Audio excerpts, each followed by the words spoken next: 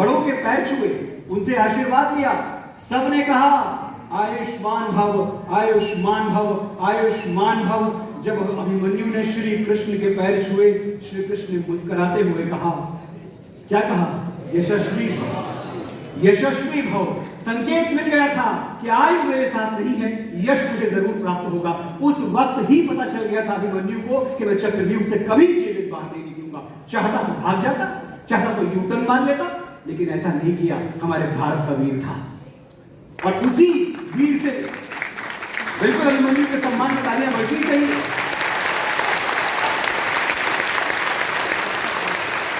अब देखें, ये कहानियां बताई गई हमको कि भाई अभिमन्यु तो मारा गया। कभी और डिटेल में पढ़िएगा, 25 से ज्यादा महारथियों को मार के मरा है अभिमन्यु। हम ही थे वो दिलेर जो चक्रव्यूह में वापस लौटने की विद्या सीखे बगैर गए, और वो भी हम ही थे जिनके फेंके हुए पत्थर पानी में तैर गए। जय श्री राम, जय जय श्री राम।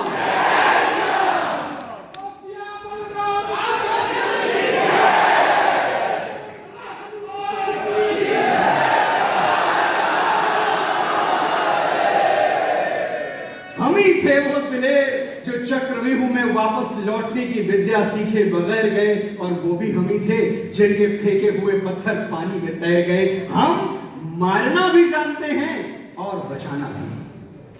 हमने दुश्मन के लिए फाइटर जेट्स बनाए, संगीन बनाई, और जब जिंदगी की सांस टूटने लगी तो हम ही ने वैक्सीन बनाई।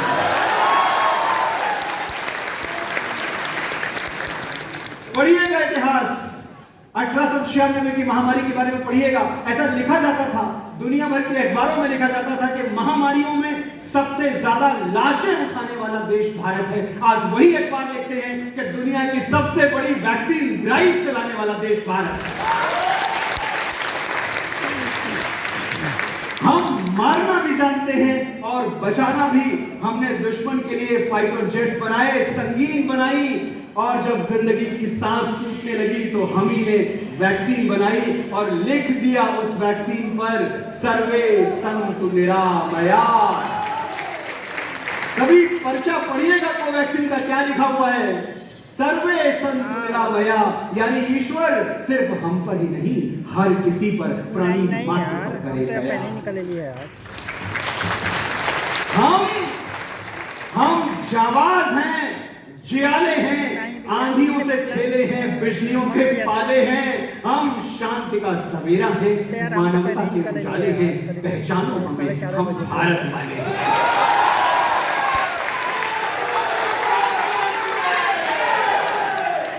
और मेरे भाइयों, ये परिचय है आपका। जिस दिन आप ये परिचय देना सीख गए ना कि आप नॉर्थ इंडियन, साउथ इंडियन नहीं है, आप भारत वाले हैं, उस दिन विश्व गुरु बनने की ओर सबसे बड़ा कदम उठा लेंगे। मैंने बताया आपको कि मैं मेठी की पैदाइश हूं, बस यहां से 4-5 घंटे की ड्राइव पे है, तो मैं क्या बोलूं पूरी दुनिया में जाके? I am a North Indian? No, I am an Indian from North. पहले इंडिया आएगा, फिर मेरी दिशा आएगी, पहले देश फिर दिशा। और आज से आप यही बोलेंगे जब भी आपको अपना परिचय देना होगा। भाई, what part of India you come from? आपका परिचय ये होगा, आई am an Indian from north. जो मेरे दक्षिण के भाई बहन हैं, मैं उनसे कहना चाहता हूं, आपका भी परिचय यही होना चाहिए, आई am an Indian from south. गर्व से कहिए कि मैं भारत से आता हूं। मैं उस भारत से आता हूं जिसके होठों पे गंगा और हाथों में तिरंगा है। आपके देश का गौरव आपको बता रहा हूं, जहां से मैं आता हूं वहीं से आप आते हैं। मैं उस भारत से आता हूं जिसके होठों पे गंगा और हाथों में तिरंगा है। एक बात और, जितनी बार मैं भारत कहता हूं, आज मैं चाहता हूं कि आप भारत शब्द का अर्थ समझ लें। भारत शब्द का अर्थ इंडिया नहीं है मेरे भाइयों, भारत शब्द का अर्थ हिंदुस्तान भी नहीं। हम काशी में हैं। भारत और संस्कृत के यहां बहुत सारे विद्वान बैठे होंगे, वो सहमत होंगे मुझसे कि दो धातुओं को बना के ये शब्द मिला के शब्द बनता है, भा और रत। भा धातु प्रकाश के अर्थों में प्रयोग होती है, उजाले के लिए बोली जाती है, जैसे भास्कर, भानु, प्रभात, आभा।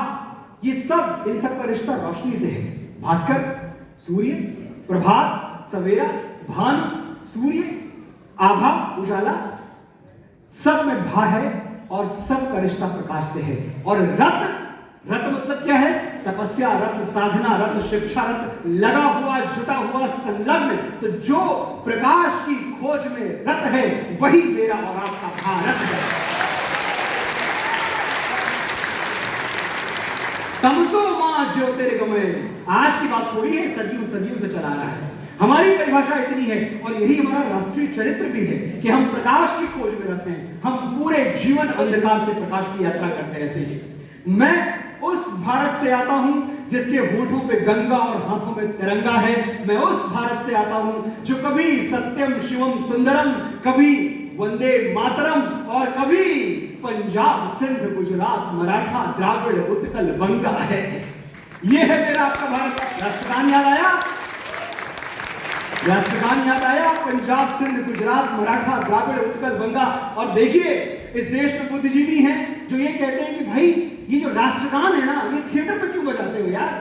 आप थिएटर में, हम एंटरटेन होने गए हैं, हम गए वहां पॉपकॉर्न खाने, आप वहां राष्ट्रगान बजाते हो और हमको खड़ा होना पड़ता है। गलत बात है।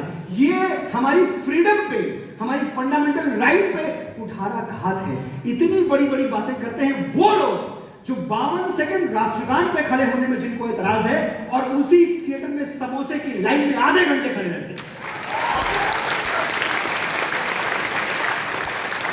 52 सेकंड खड़े होने में तुमको है एतराज बड़े। 52 सेकंड, सिर्फ 52 सेकंड, एक कम ना एक ज्यादा। 52 सेकंड खड़े होने में तुमको है एतराज बड़े। सियाचिन की सरहद पर कोई बर्फ हो गया खड़े खड़े।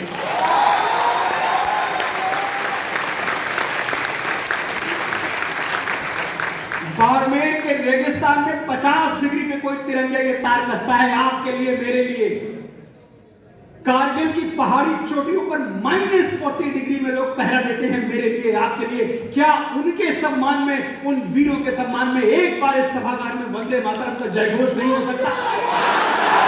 वंदे वंदे जय।